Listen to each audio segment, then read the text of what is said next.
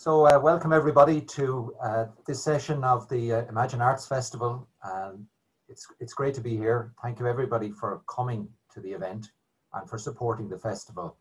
I think more than ever we need the arts, and while we wait for the scientists to develop the vaccine, we can vaccinate our souls with music and poetry and dance and painting and all of the rest of it, all of these wonderful art forms that are on offer throughout the festival. So keep going to events and keep supporting the arts in Waterford and the Southeast.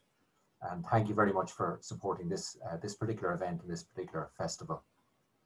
And I'm honoured to, my name is Richard Hayes. I'm the Head of Strategy in Waterford Institute of Technology. And I'm honoured to be part of the festival this year, and especially honoured to have been asked to preside over today's event. Today we're launching the book The Boiler Room by Waterford poet Frank Farrelly. And over the course of the next hour or so, we're going to have a chance to hear some of the poems from the book, and also to talk with Frank about how the book came about some of the poems, and about the writing process in general. Frank is a Waterford man. He was born in Ardmore in 1956. For many years, he taught English and French in Mount Sion before retiring in 2019. The Boiler Room is his first book. It's been published by Revival Press, which is the poetry imprint of Limerick Writer Centre. And it's a great honour for me to be part of this event, and it's fantastic that the book can be launched here at the Imagine Festival in Waterford. So I'd like to welcome to the festival Frank Farrelly. Hello, Frank. Hello, Richard. Thank you very, very much. Thank you for the lovely introduction. And I'd like to second what you said about using art as a vaccination on our spirits during these very adversarial times. Before we proceed, I'd like to thank a few people. I'd like to thank Dominic Taylor, managing editor of Revival Press, which he founded himself about 13 years ago, basically as a community publishing press to give voice to diverse voices, I suppose, to facilitate publishing and make art accessible to as many as possible. I'd like to thank Emer Chasty of Imagine Festival for including me at late notice and including me in this wonderful Imagine Festival, which is forging ahead despite the odds. I'd like to thank Richard, of course, Richard Hayes, who I knew many years ago when I was an English teacher, and he helped us out as English teachers in Waterford, gave us a lot of help in services and workshops on film and literature. I have great memories of each of them. Richard was very happy to stand in for me for the launch at relative late notice, and I'm delighted that he could do so. I'd like to thank Martina Evans as well, poet from West Cork, poetry critic also, mainly for believing in me and my work so much that she selected me for the introduction series 2019, which gave me a great boost. I'd like to thank my early readers of the book, who gave it the quick kind of once over. Fellow poets, Colette Colfer, Maureen Curran, Edward Denniston and Jean Toomey. But finally, I'd like to thank my family, my wife Marie and my children, for supporting me all the time. Particularly Alison, Ali, who provided the cover art, who herself is an fine arts graduate. And I think it's such a striking cover. It's got strong visual impact and certainly will be like a beacon on the shelves, hopefully. So I hope I haven't left anybody out, but thank you to all those people, to Heather today for setting us up. Okay, Richard. Thanks, Frank. And I think you've reminded me certainly there that the production of art is, despite the illusion maybe, or the idea, the perception that this is a solitary activity of individuals beavering away in a study with a vellum and a goose quill pen, that actually art, the production of art, is a real communal activity. And you've mentioned your publisher, your family, your readers were engaged in a public event here now.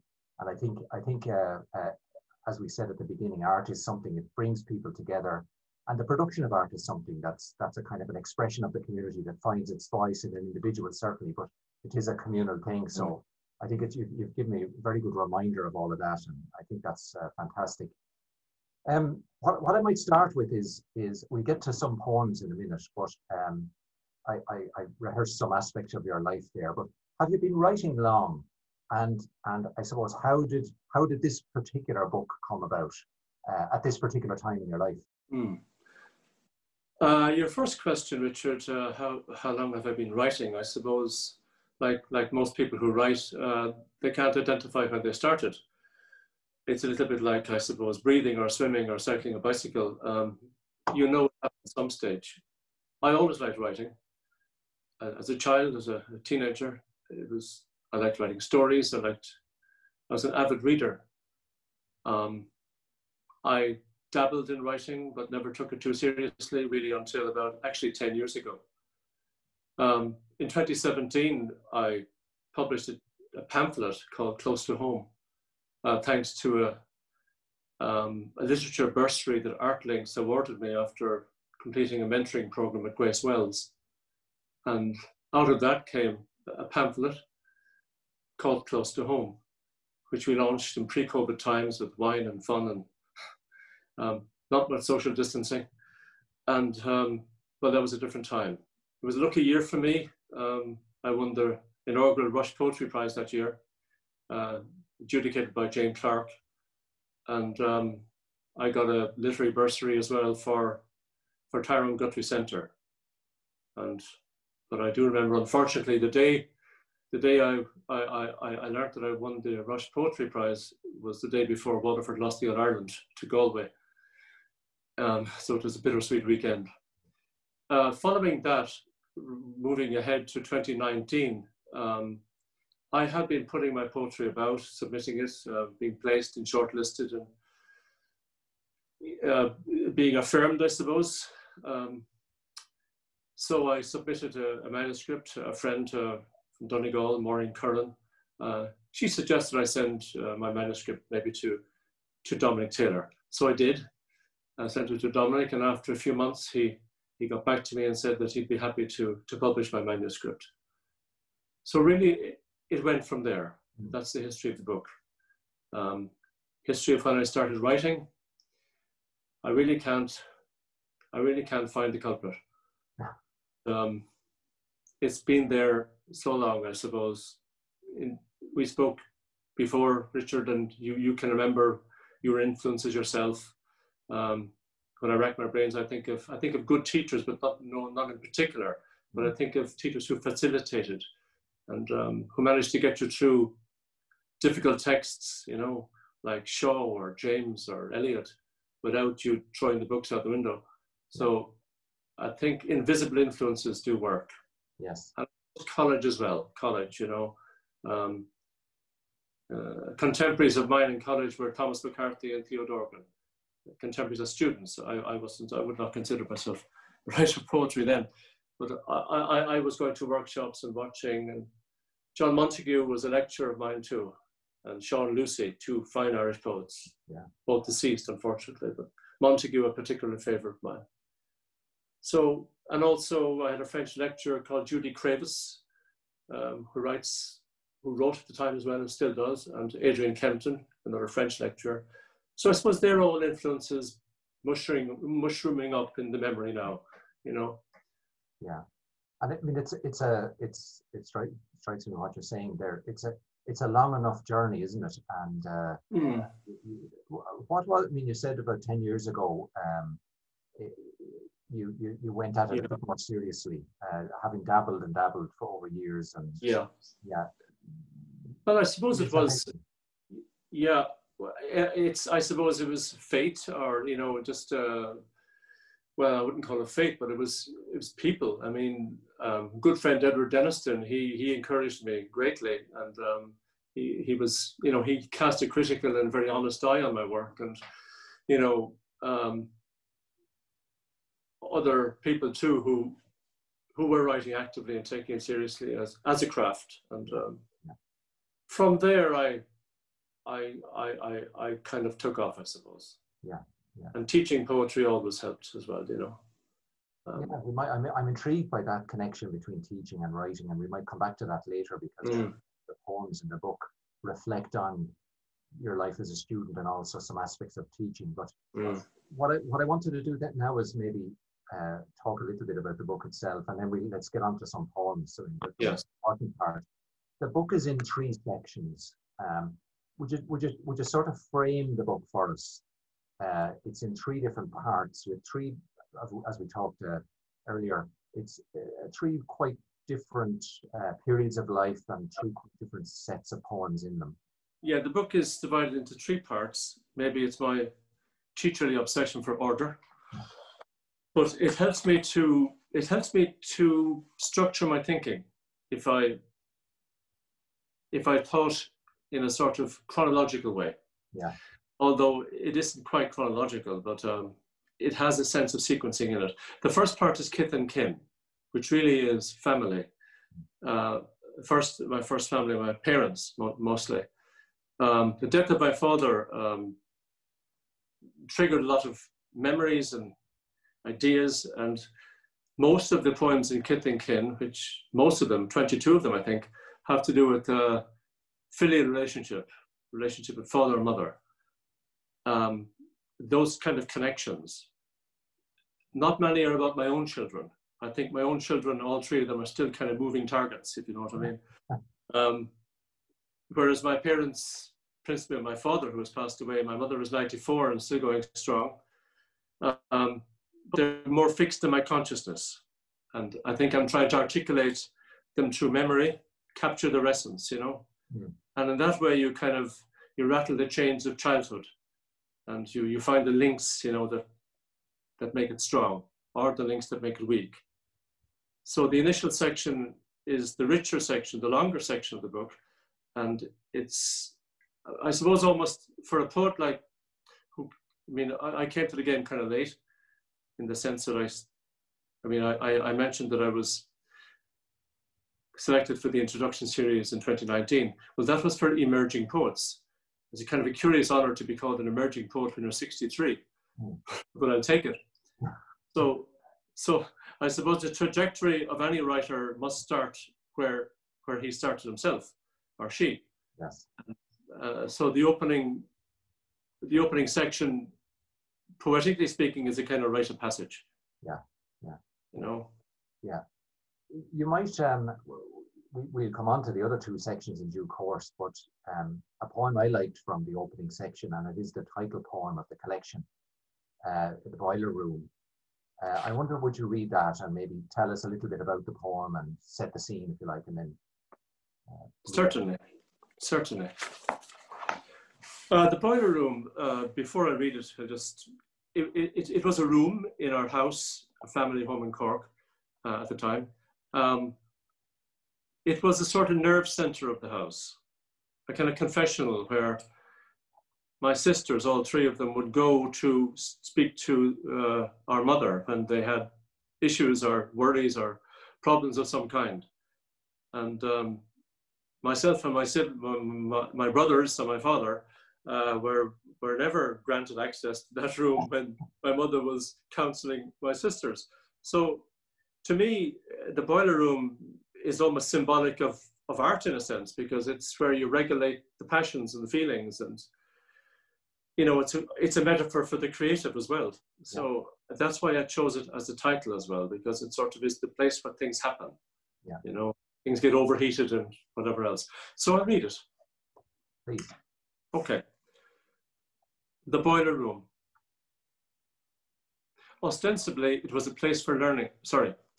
Ostensibly, it was a place for ironing, washing clothes, storing meat in the long, deep freeze my father bought against some dread apocalypse.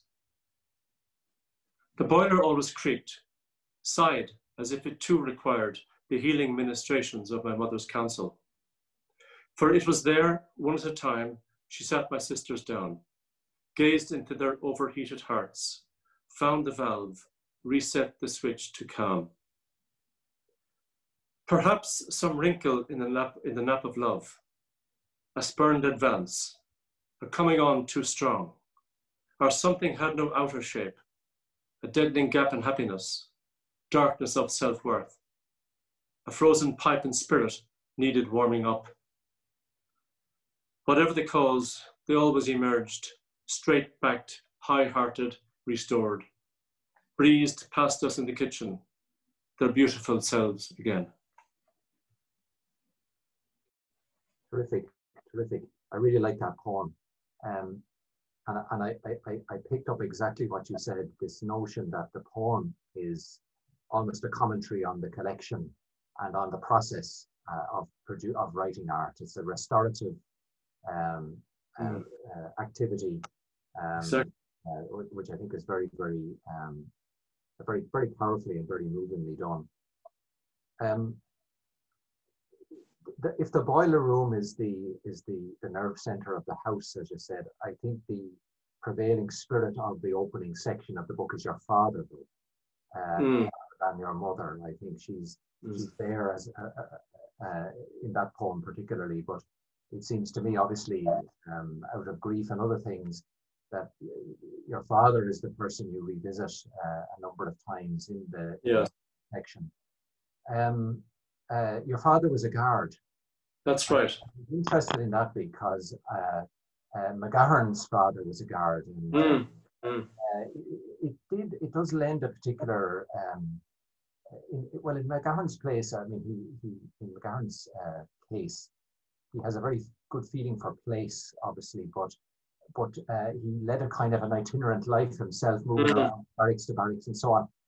Was that your early life? Was it moving around and places and no roots, if you like? Well, some of the poems deal with it directly, you know. One or two of them, and I'd like to read one maybe soon. Excuse me. Yeah, well, we did start in Ardmore, where he was sergeant in the local Garda station. And then we moved to Limerick, we moved to Dublin, Athlone, Portlaoise, you know, Cork. So yeah, there's a lot of moving and adjusting all the time, I suppose. But, you know, in the old saying, it never did us any harm. I don't think it did. But it gave you a lot of material, you know, because you were being renewed all the time, in a sense. You know, you were reforming relationships, renewing friendships, maybe, or new friendships. And you were learning to adapt, even to accents, you know, even to local custom and culture and things like GAA loyalties, you know, or, I mean, I remember, you know, my father was a great GA man, great Meath man. Meath is his county. But wherever he went, he would take an active part, or, you know, very strong interest in that aspect of the place he was, you know. So yeah, moving was pretty much characterized our life. We had a fairly nomadic childhood, you know. Yes, yeah. Do you want to read one or two about your father, or that reference your father? Yeah, there's a poem called Leaving. Will I try that one? Leaving? Leaving, yes, yeah, absolutely. Yeah, Leaving. Well, this is really a journey poem, clearly. But it has, as you said earlier, Richard, this sense of place. You know, that a person who moves a lot is going to inevitably acquire.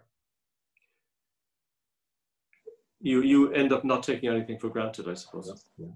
Right, leaving. I remember the blue Fiat, the white Datsun, the Peugeot black as melting tar.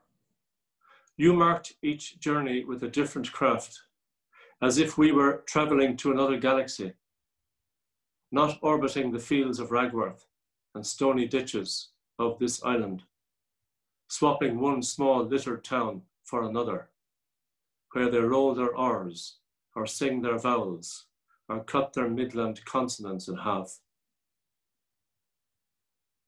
Every leaving left a hole I filled with giddy expectation.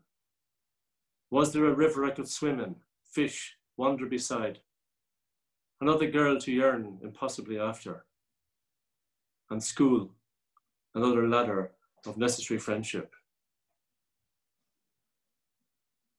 When I left to strike out on my own, you waved like I was off to war on some delirious ship, not driving south to fill a temporary teaching post. You gripped the gates to catch your breath until you shrank to nothing in my rear view mirror. I remember thinking, this might be the last time I would see you alive.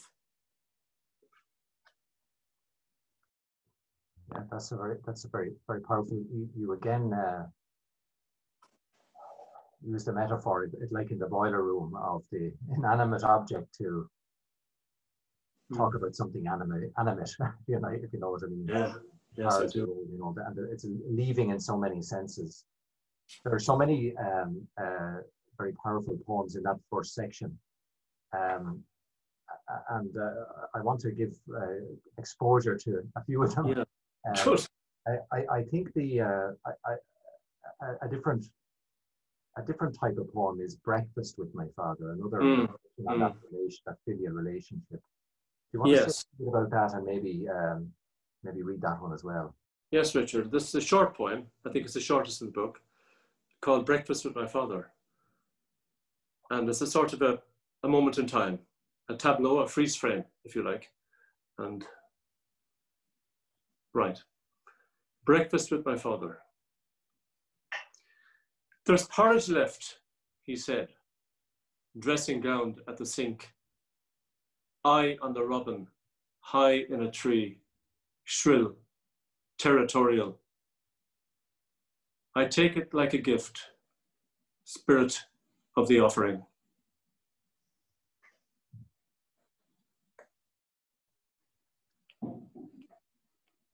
I have two more requests, as it were, from the first section.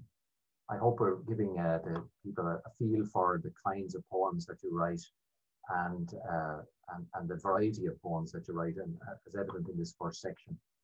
And I guess as the section ends, as you said, it's loosely chronological. You begin to chart out, as you did in Leaving indeed, the distance that comes between the child and the parent, or the child and the family, and you're moving out, and to segue seamlessly from Breakfast with Father to Lunch in Kells. Yes. To read Stopping for Lunch in Kells, and then would you also read then, as a follow-up, as it were, the poem that follows it in the book, which is called Long Distance, which I think marks it's leaving from another point of view, isn't it? Exactly, it is. Yes, there is a strong connection there, Richard, yes. Well, the one you asked me to read first, there, Stopping for Lunch in Kells, I wrote quite recently on a visit to Anne McCarrick, and I stopped in Kells, which was the nearest town to my father's homestead in a small farm in County Meath. And I just stopped in Kells to walk around and have a cup of coffee. And well, the poem is kind of a journey again back to the land of my father, I suppose. Right, so this is it. Stopping for Lunch in Kells. I turn off the M3 for Kells. First time in 50 years. Google best cafes. In one, a lady waves me to a table before I'm in the door. I try Insomnia.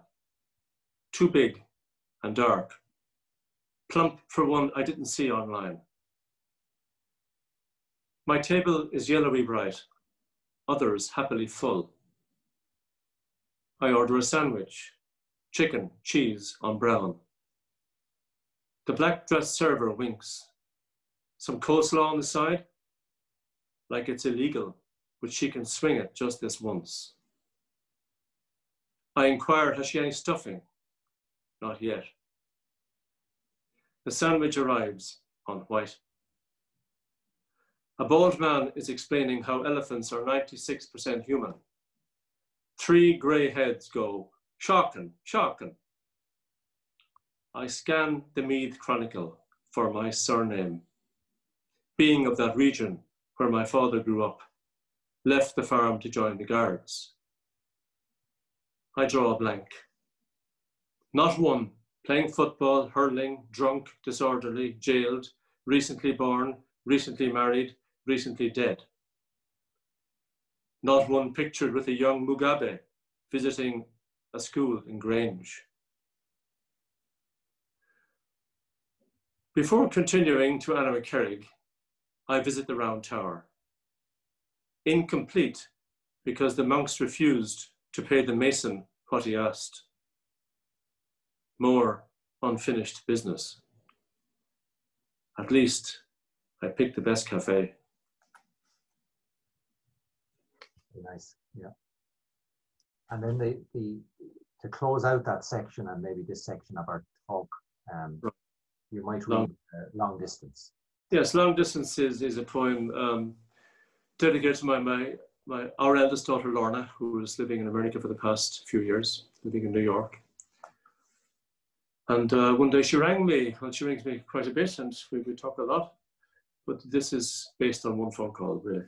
Okay, Long Distance for Lorna.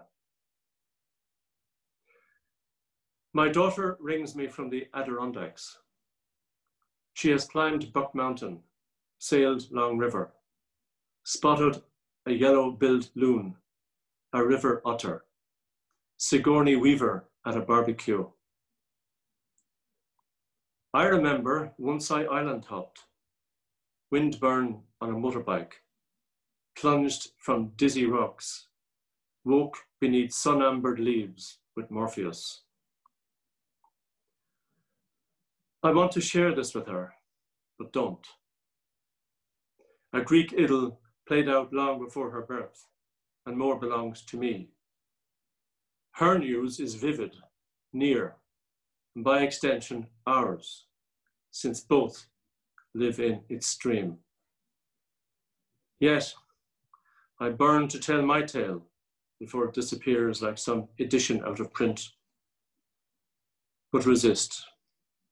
Say I'm happy, all is well, I'm fine.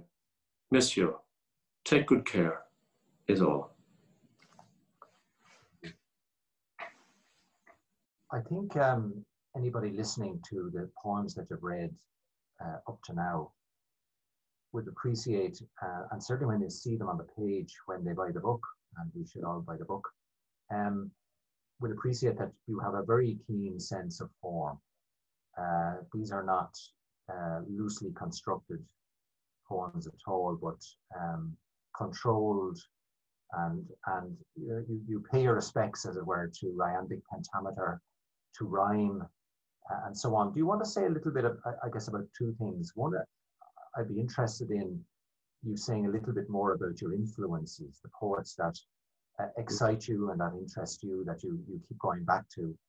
And then maybe you might say a little bit about, because I'm conscious that there are many people maybe in the audience who are trying to write. You might say a little bit about the craft, about how you go about creating a line like Sigourney Weaver at a barbecue, which has its own rhythm and its own, it has its own music, if you know what I mean. But, yes. they're not disconnected questions, I guess, because sometimes who we read helps us find our own voice. You know? Yes. No, thank you for that. She did meet Sigourney Weaver at a barbecue, or saw her. Yeah. So Sigourney Weaver is a well-chosen name for a rhyme, I suppose, or for a rhythm. You used the word music earlier on, and I think music is vital. I think poetry is acoustic, as much as it is visual. Yes, yeah. But also it has to have some sort of electricity in it. It has to have charge. And unless it has feeling, it will not have charge, in my opinion. It took me a long time to learn that I used to think that poetry had to look pretty, it had to be well formed, and that was enough. But it also has to have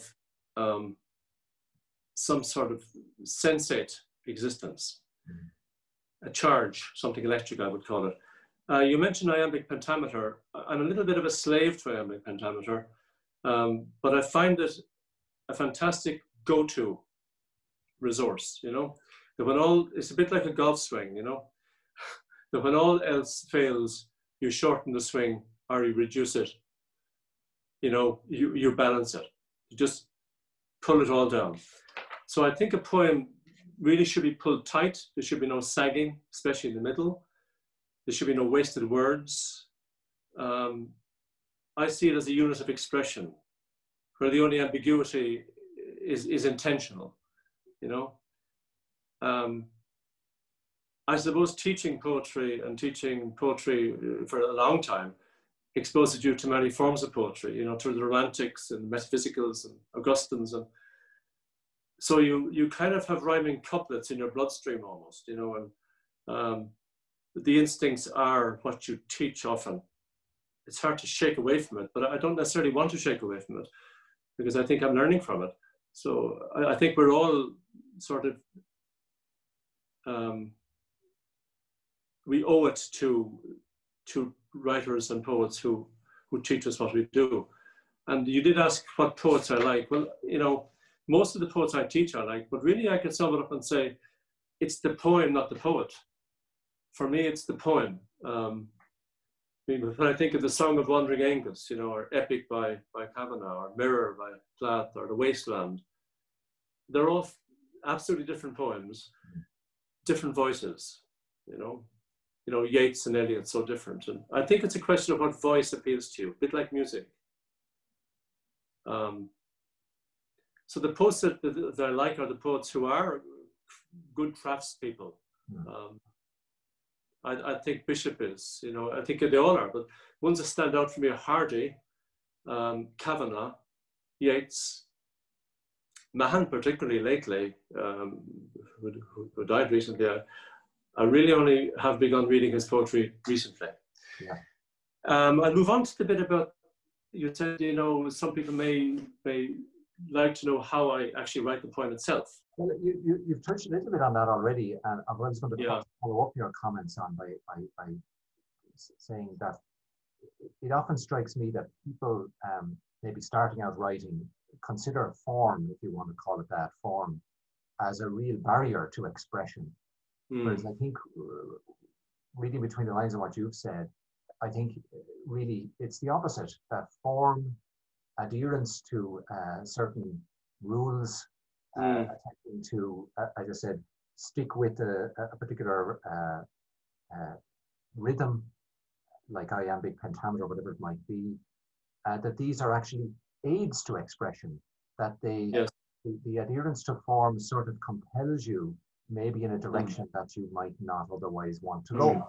And that I think that's a very important insight, and particularly for poets starting out who might think that writing sonnets or writing according to a certain set pattern or form is really for Shakespeare and the dead, you know, and that really, you know, the definition is very free for all. But I think, you know, in a way, I always think of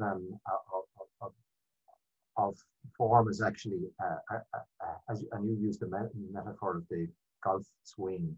It helps you get where you need to go, you know. Yeah.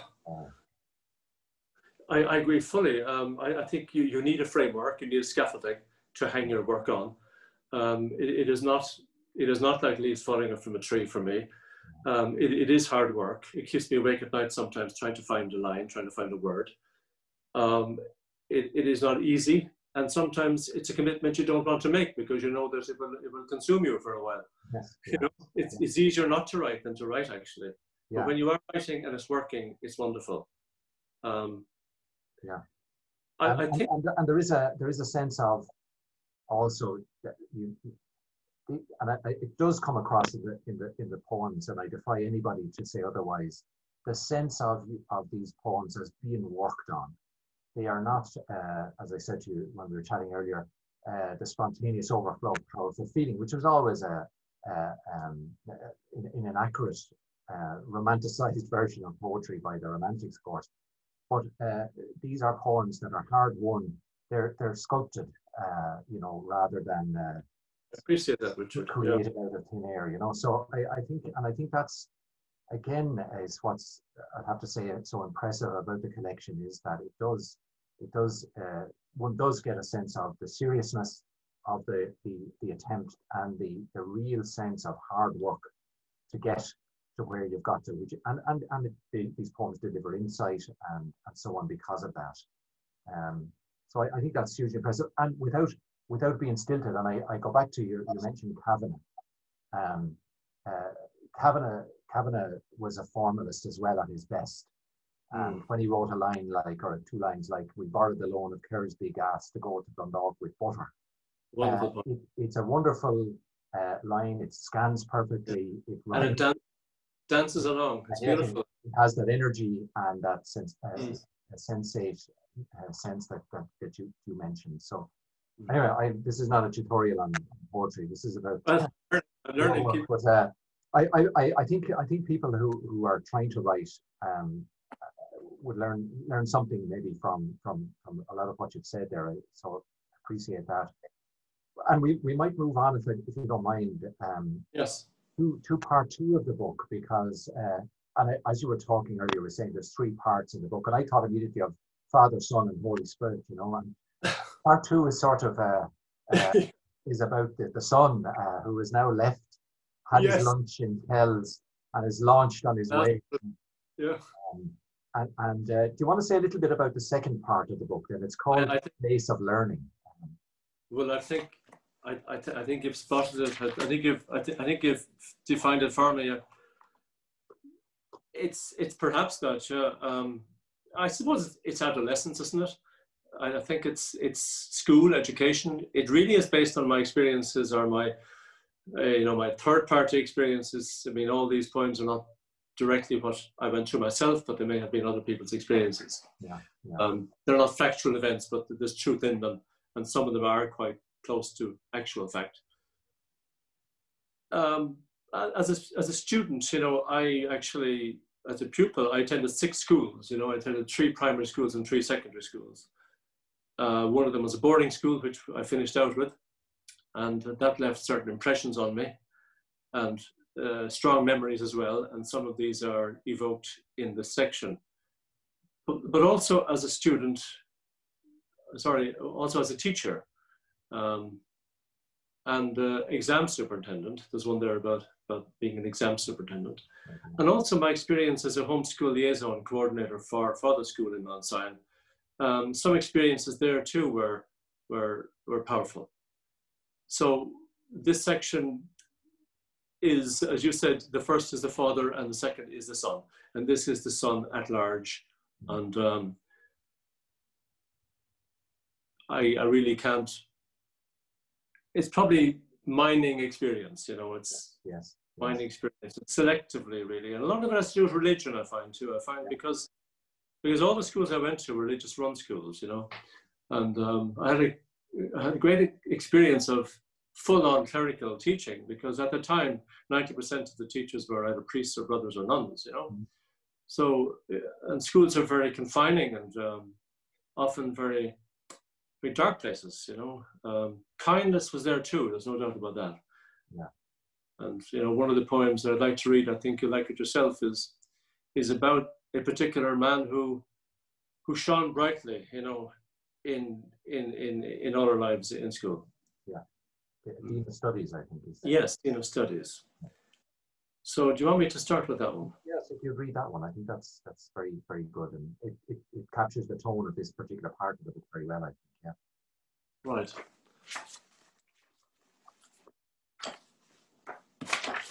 Well, the Dean of Studies was this was a priest, and he was a teacher in the school. Part of his duty was to administer corporal punishment. While I was in school, this man died, and I was asked by somebody to write a poem for the school magazine, the school annual, as a sort of tribute to this dean, which I did at the time when I was 15 years of age. And I found it a few years ago in an old school annual. And I thought, well, I'd like to set the record straight. Because when I was 15, I thought of it differently. But now, as a more mature adult, from a distance, distance and time lends you and sharpens your perspective. So this poem is setting the record straight. It's not a tribute, it's more of an elegy, I suppose, more a truthful offering in sonnet form. Okay, Dean of Studies.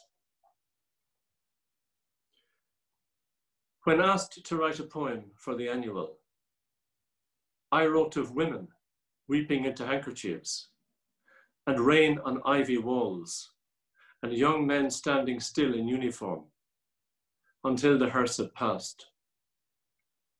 How his pupils held him in such high regard, and mourners cried as he was lowered down to strains of God of mercy and compassion, his gentle spirit, kind heart, so on and so on. I never wrote how much he hated caning boys, and always afterwards apologized. How we filed in giddy silence past his open cask, grasping death as poorly as the ablative he taught. How sick I felt when one boy stuck an unlit cigarette inside the poor dean's dead, contrite mouth.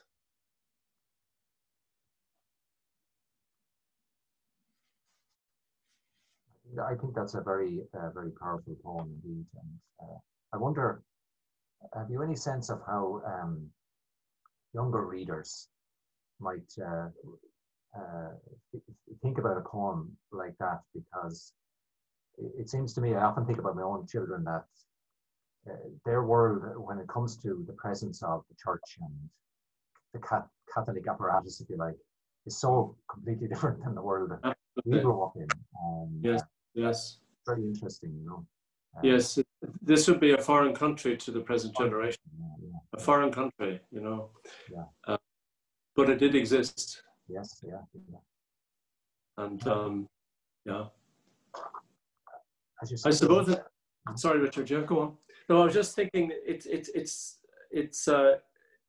also a reflection on youth, as well as, you know, on the idea that we didn't, you know, even today's generation, no more than our generation, we all have to go through the puberty of understanding, you know, and we all have to deal with ignorance and cruelty, and then hindsight. And this poem is hindsight, really. It's like looking back. Oh yeah, there was more to this man than I thought then, you know, and he deserves better than I wrote then, you know. Although what I wrote then was exactly what people wanted, a simple tribute, but it didn't fill him out, you know. Yes.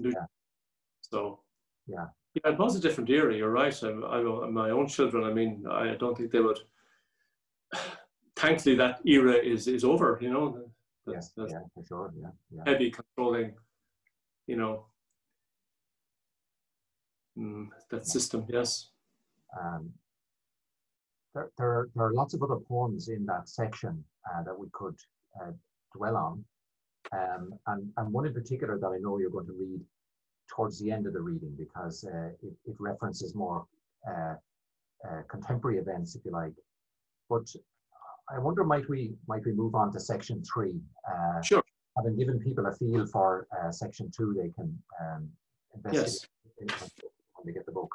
Right. So yeah, the third section 3, which I think I don't think my analysis holds up really. I don't find section 3 the Holy Spirit or anything so much, but you might say a little bit about it. The section is called In Adversity. And yes, but if the Holy Spirit is there, I don't see him or her there, but maybe there's something spiritual there. Yeah, In Adversity is the larger world, the more public social world, historical world as well, political world. There's a poem there about Muriel McSweeney, the wife of Terence McSweeney, who died on hunger strike and whose death is being commemorated this year. There are poems about the Holocaust. There are poems about women who have, I suppose, remarkable women, but who have not been remarked upon in history. And having 3 daughters, and you know, I'm aware sometimes it's quite a struggle for women to establish and assert themselves in a world which is quite patriarchal still, I believe.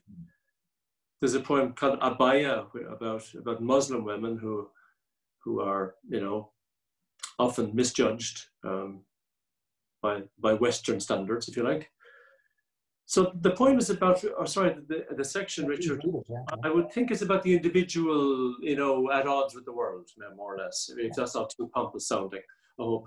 But it's about the individual just having their own personal struggles and, you know, finding redemption through that. Yes, yeah. There are some personal poems there too about, you know, one about myself meeting a man on a bog who commiserated with me because of a friend's death. You know, I mean, there are direct experiences there as well, personal ones. But largely it's about other people. Largely I think it's about other people, which it really means about all of us. Yes, yes. You know,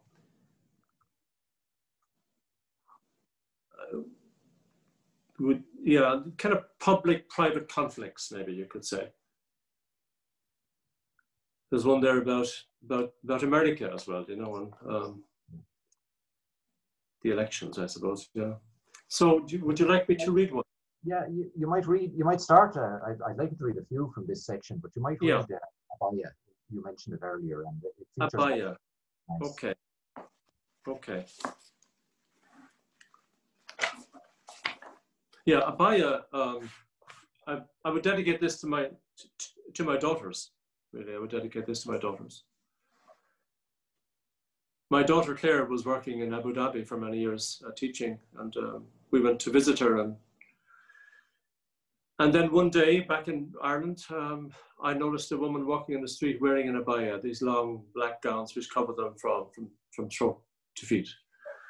And this poem came out of this, okay? So it's called Abaya. When I saw you cross the Dunmore Road, nose and mouth invisible, eyes a lesson in mascara, alone inside your shela scarf, body in a black abaya, and bowed as any governess obliged to walk behind her betters. Be talked across at tea by men of God and titled property, in ruffled necks and powdered cheeks. I felt a little nervous, for I had heard your kind on television, rent the riddled sky of open coffin funerals in Gaza with your screams. Then, on holiday, I saw young women like you stroll with boyfriends dressed in blinding white kanduras, laze at Costa tables, check messages, rock to iPods colored pink and blue, try on watches, bracelets, designer shoes, browse in fine boutiques, leaf through books in bright bookshops, eschew overt affection in the mosque, and thought, how like my own three daughters too, ever striving to be seen and heard, no matter flesh be covered, hid, or bared.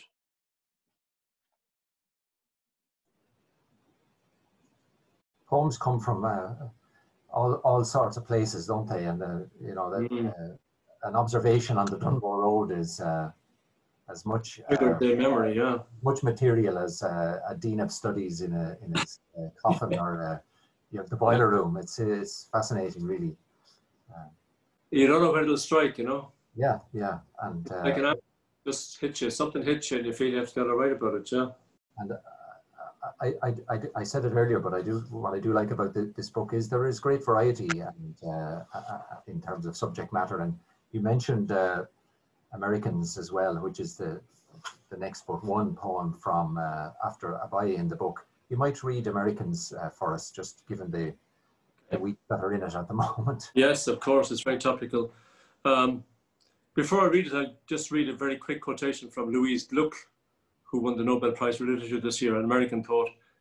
She wrote this week, all hope is lost. We must return to where it was. We must return to where it was lost if we want to find it again. Right, Americans, Bloom's Hotel, Dublin 2019. Their voices trail across the canyon of the lobby. One talks product sales, profit margins. Where is it written a Jew can't get a decent break? One worries about school shootings, why his Arab surname is a flight risk. One sounds Irish. blood-lined to the starving ship, palm extended for a bowl of soup, a warm bed, foothold in a new world. One sits silent as Mount Rushmore. I want to tell them how much I love America, that my favorite film is Build My Gallows High, that I love B.B. King and Scott Fitzgerald and Sylvia Plath. To shake their hands, not in pity like some mourner by an open coffin, but in solidarity with someone braving storm and dark to make it to the ballot box.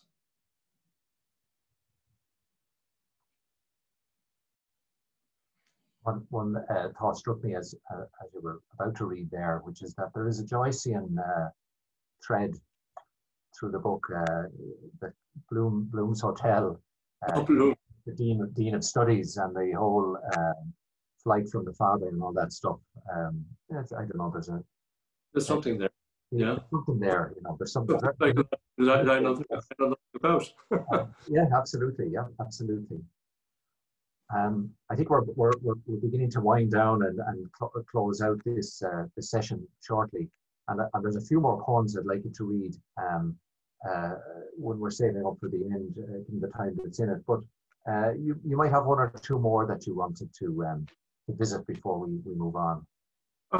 Is there one you'd like yourself? Yeah, I thought, again, in the interest of enticing readers with the variety of what's on offer here.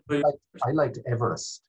Okay. As a curious and rather humorous poem, and again, I'm struck again by your ingenious use of metaphor, if you like, to. Yeah. Okay. And we spoke about the metaphysical poets, I think, and there is a little bit of a John Donne in you, I think, where you'll bend the metaphor a little bit, and make one of the world and everywhere. Yes. Yeah. So. Yeah. Thank you, Richard. This poem reminds me of something my brother says sometimes. You know, if sometimes I'd say, "How's it going?" and he says, "I'm climbing the same wall every day." You know. So anyway, this poem is called Everest. While I lay cocooned inside the morning sheets, feeling sorry for myself before the mountain of the day ahead, he had already started his ascent. And by the time I struggled downstairs to the kitchen table, he was already halfway to the top, in full view of the second step. And by the time I took the car keys from the wall, he was making history, for I had never known a snail to climb the sheer pain of the sliding door from base camp to the summit of the outer porch. And too much in a hurry to be gone, I drew the handle hastily and knocked him to the ground, then lifted up his shell, brown-black, intact. He survived the fall, though coming down, they say, is hardest of all. Very good. Larkin has that poem about the toad as a metaphor for work, and I think the snail climbing the sliding glass door, I think, is very much a good metaphor for going out to work, for sure. I've one request, and I think it's one of the strongest poems in the book, certainly one I liked a lot, which is called Mistaken. Mistaken. Okay. You were able to read that one, and then I know you have your own one you would also like to read. No, it's okay. It's okay. Whatever we have time for, Richard. Mistaken. Mistaken really is about a poem. You know, the simple idea of not wanting to bump into somebody, trying to avoid somebody you don't want to meet. What does that say about us? You know, mistaken. In the foyer of the Grand Hotel, between the chandeliers and stucco work, a man mistakes me for another. I nod obligingly, easier than explain. Then wonder if the one he took me for ever gets the same. I order tea, check my Twitter feed.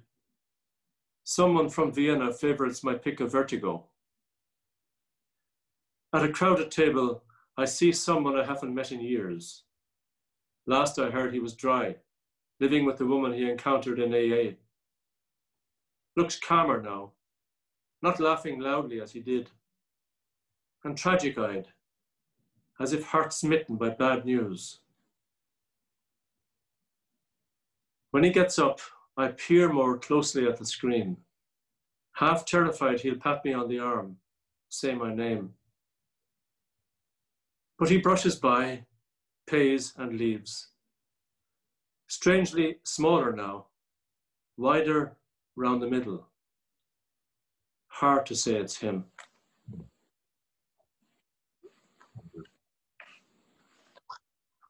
I think we have time for two more. Okay.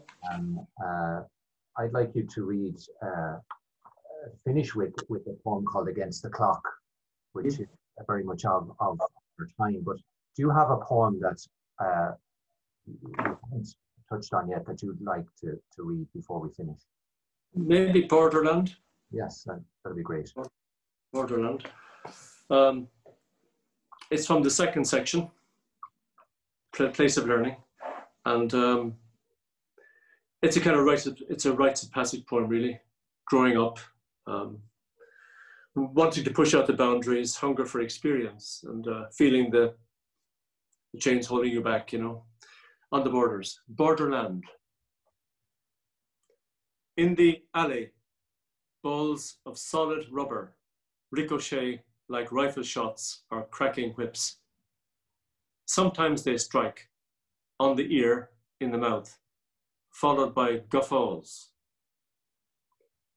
I never see them coming, always assume a safe distance. It stings for days, especially on the lip or underneath the eye.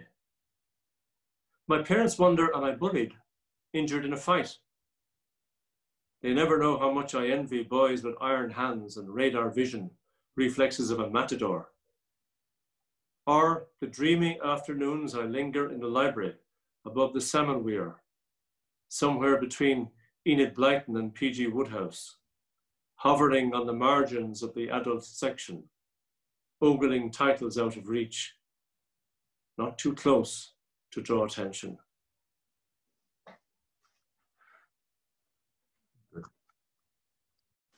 Well, I've really enjoyed our conversation, Frank, and me too, Richard. It's been wonderful.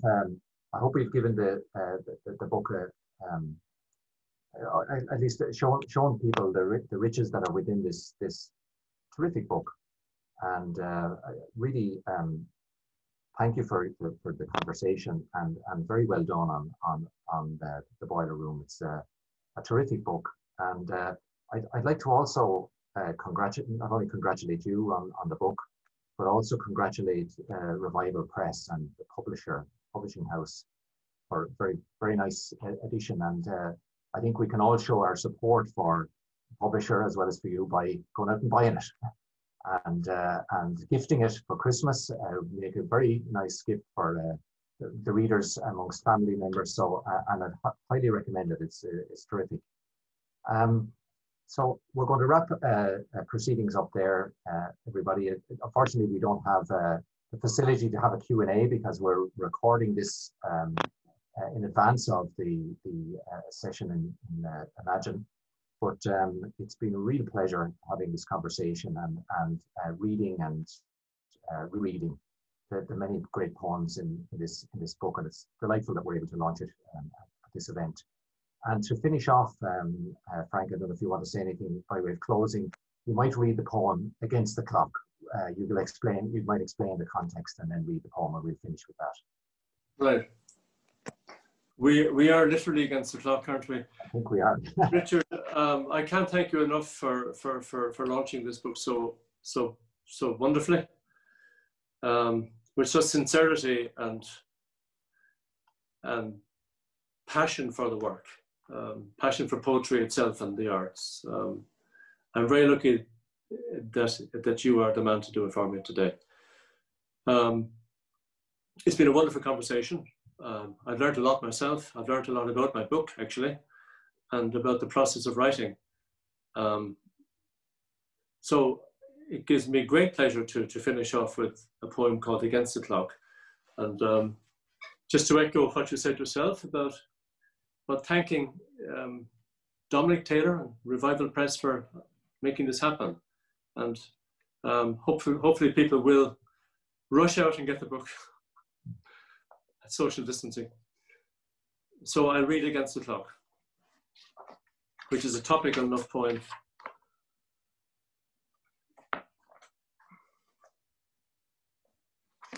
Page 51.